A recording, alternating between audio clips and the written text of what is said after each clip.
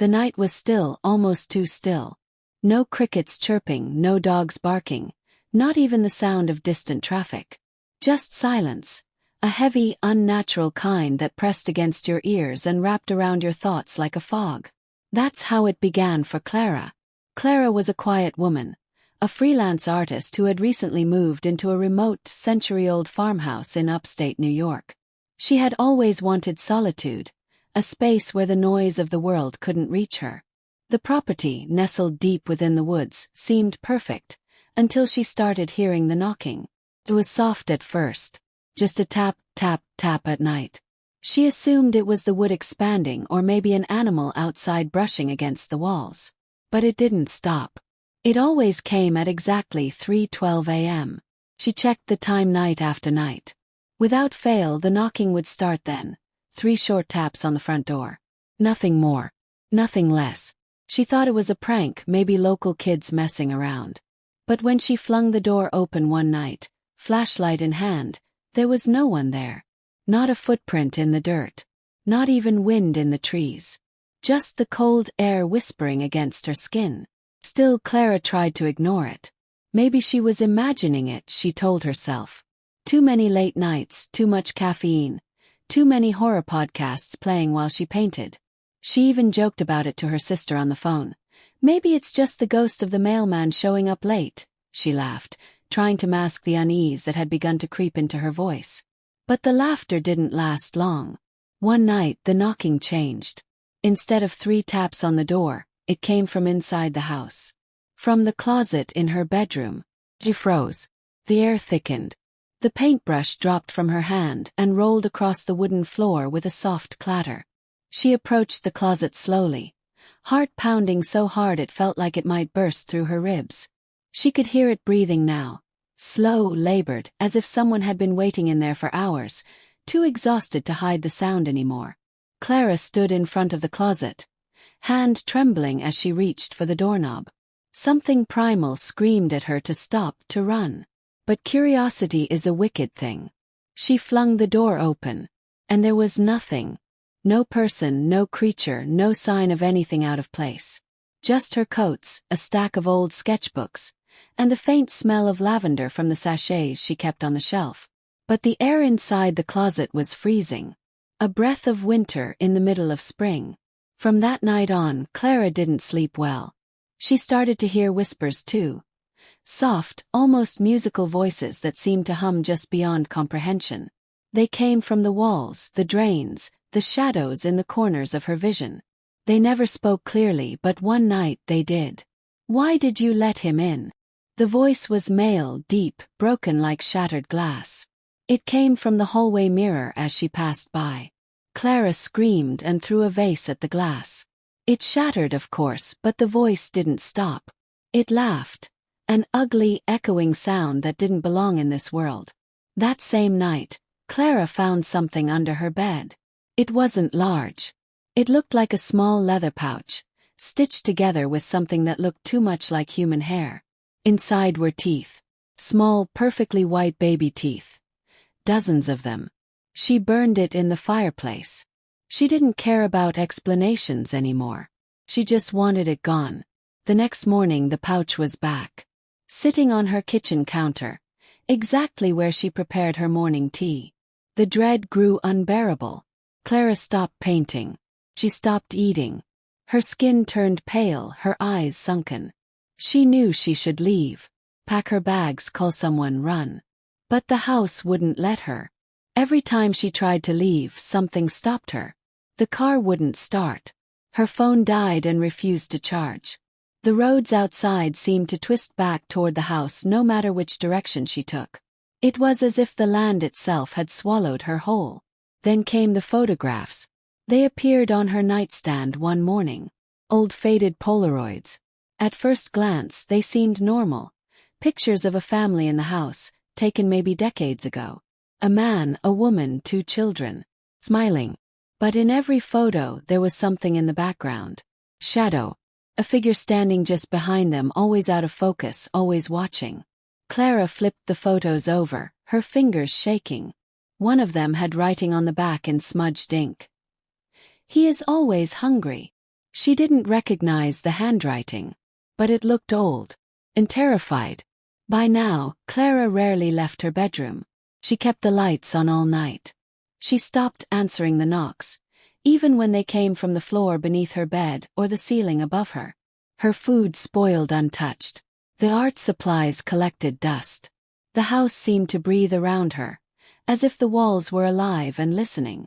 One evening, she looked out the window and saw something she had never seen before: a man in the woods. He stood just at the edge of the tree line, watching the house. His clothes were too clean, his posture too stiff, like a puppet waiting to be played with. She watched him for hours, but he never moved. He didn't blink. He didn't shift his weight. Just stood and stared. Eventually, Clara drew the curtains and hid in bed. When she woke the next morning, the man was gone, but muddy footprints led from the window to the foot of her bed. That night, Clara did something desperate. She found an old journal in the attic. It belonged to the previous owner, a woman named Grace Moffat. The entries were scattered, frantic, but they spoke of the same things Clara had experienced: the knocking, the voice, the man in the woods. Grace had tried to escape too. Her last entry simply read, "He lives in the silence. If you hear nothing, run." But where would Clara run? The silence was everywhere now. No birds, no wind, no breath except her own. And even that was starting to falter. She stayed up that night, sitting in the corner of her room, clutching a rusted hammer she'd found in the basement. Around 3:12 a.m., the silence deepened. Not a sound. Not even the creak of the house settling. And then the door to her room creaked open. Slowly, painfully. She didn't see who or what stood there. But she heard it whisper, "It's your turn now." The hammer slipped from her hand. The screen went black. But the story didn't end there. Because this is not just Clara's story. This is the house's story. And it's still being written. Every night. At 3:12 a.m. Morning came, but it felt wrong. The sunlight spilling through Clara's window was pale, as if filtered through something thick and murky. Everything was quiet, still too quiet. The kind of silence that wasn't natural. The kind that settled like ash after a fire. Clara sat up slowly in bed, unsure if she had dreamed the night before, or if the door had truly creaked open and something had spoken to her. But then she saw the footprints again, muddy, trailing from her doorway to the side of her bed. They were fresh, still damp, and not hers. She couldn't scream. Her voice felt locked somewhere deep inside her chest, like it had been taken. She tried to stand, but her legs trembled. The fear had worked its way into her bones. Downstairs, she found the kitchen chairs overturned, her pantry wide open, and a message scrawled into the wall with what looked like soot or ash. "Stay inside. He waits outside." Clara didn't know who wrote it. Her hands trembled as she ran her fingers over the rough letters. It wasn't her handwriting. It wasn't even fresh. It looked old, like it had been hidden under wallpaper or freshly painted over and somehow revealed. That night, she tried to stay awake again, watching the door with every light in the house turned on. But just after 3 a.m., the lights began to flicker. One by one they died. Room after room. Until she sat in complete darkness. The knocking didn't come from the door this time. Came from inside the walls. Clara backed into the corner, her breath shallow, heart racing. The sound traveled. Knocks and dragging footsteps behind the drywall, over the ceiling, under the floorboards. Then came a voice. Not loud. Not booming. But so clear it felt like it was whispered right into her ear. "I wore your skin once," she screamed. This time it escaped her throat, raw and broken. She ran out of her room and down the stairs, the house groaning with every step. She had to leave. She didn't care where she ended up. But as she reached the front door, it opened on its own. The outside was not the same. Where there had once been trees, a driveway, and the distant hum of wind through leaves, now there was only blackness. Not night, not fog, just a void. An empty, yawning nothing that stretched in every direction. The house had shifted. It wasn't in the world anymore. Clara stumbled backward. Her skin felt cold, like it was being peeled back by the air itself. She turned and slammed the door shut. But in the split second before it closed, she saw him again. The man in the woods. Only this time he was closer. Standing on the porch. His head tilted. No eyes, just hollow bleeding sockets. His smile was jagged, too wide for any human face. That night Clara didn't sleep.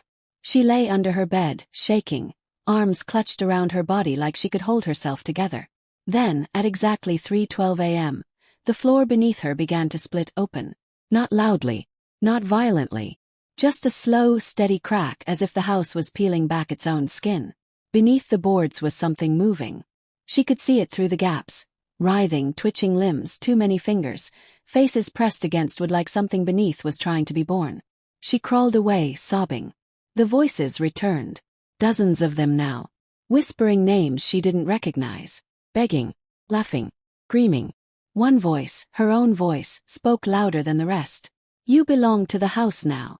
Clara lost track of time. Days passed, or maybe just hours. The clocks had stopped. The sun rose and fell, but the light never felt right. Sometimes the house would change while she wasn't looking.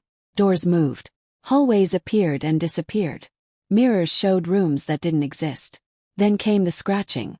It started at the front door again, but now it moved from room to room. Scratches along the walls like nails carving paths, sometimes low to the floor, sometimes near the ceiling. She tried to follow them once, thinking maybe she'd find a way out. But the scratches only led her back to the attic. She didn't want to go back there. The attic had always felt wrong. Too quiet. Too still. As if something waited just beyond the veil. But this time, when she climbed the creaking stairs, she saw a door she had never noticed before. Smaller than the rest. Child-sized. It was slightly open. Inside was a nursery. Dust-covered toys. Crib. Rocking chair. Everything untouched for decades. The wallpaper was peeling, revealing claw marks beneath. And there, in the crib, lay a porcelain doll. Its eyes painted pitch black, a stitched mouth twisted into a smile. Clara stepped closer. The air was thick. Hard to breathe. The doll's eyes moved. Not turned. Not blinked. Moved. Sliding from side to side under the glassy surface. Clara stepped back in horror, but the doll sat up. Its head tilted. Then, in a child's voice, it said, "You're the new mother." The floor splintered beneath her. Clara screamed and ran, tripping down the attic stairs. Behind her, she heard the creaking of the rocking chair. Rocking, rocking, rocking. By now, Clara was broken. She didn't know if she was dead or dreaming or trapped in some hellish loop. She tried to destroy the house, set fire to the furniture, tear down the curtains, smash the windows. But nothing left a mark. The walls didn't burn. The glass didn't shatter. The house laughed at her. A deep, guttural sound that echoed through every pipe and vent. Then one night she woke up back in bed. Everything was normal. The house was clean.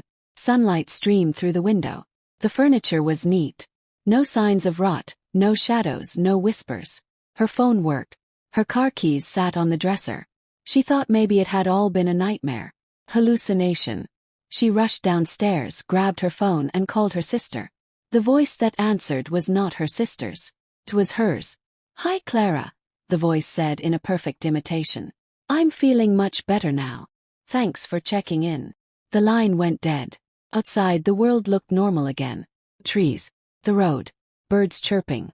She ran to her car, heart pounding, engine starting for the first time in weeks. She backed out of the driveway, tires crunching gravel, and sped toward town. But after 10 minutes of driving, she passed her mailbox again. Then the house.